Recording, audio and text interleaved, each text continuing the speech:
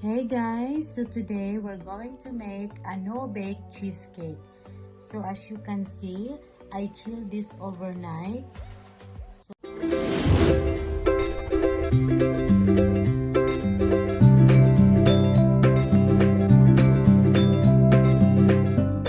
Alright guys, so here are the ingredients for the cheesecake.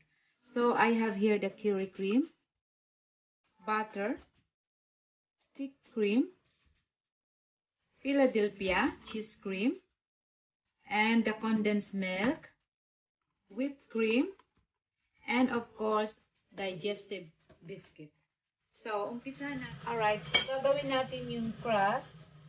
So, i-melt ko yung butter and then yung biscuit.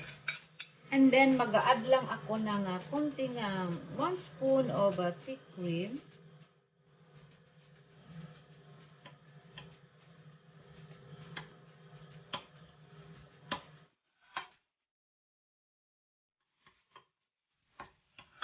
And then, pagkatapos natin i-mix, kukunin natin yung ating baking cheesecake.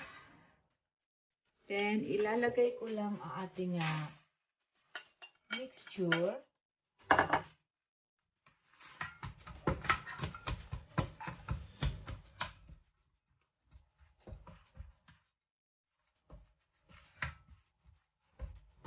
Alright, so next, gagawin natin ang ating filling. Isi-set aside muna natin ang ating crust. Alright, so sa isang bowl, nilagay ko lang ang ating 5 pieces curry cream. 5 pieces. And ating Philadelphia.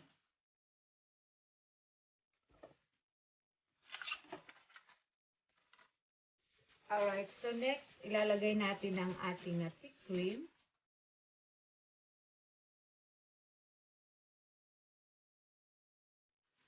Then mix it together.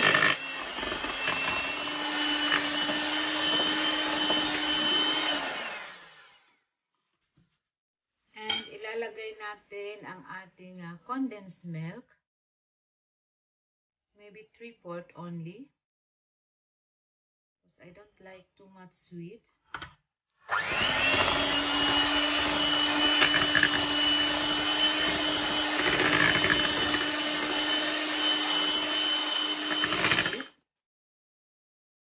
One cup. And ang ating cream.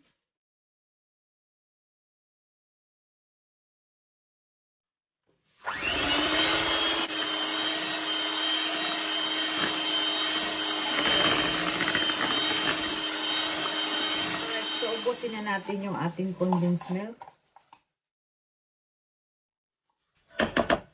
I add more sweetness on my cheesecake. And then, ilalagay natin sa ibabaw ng ating crust.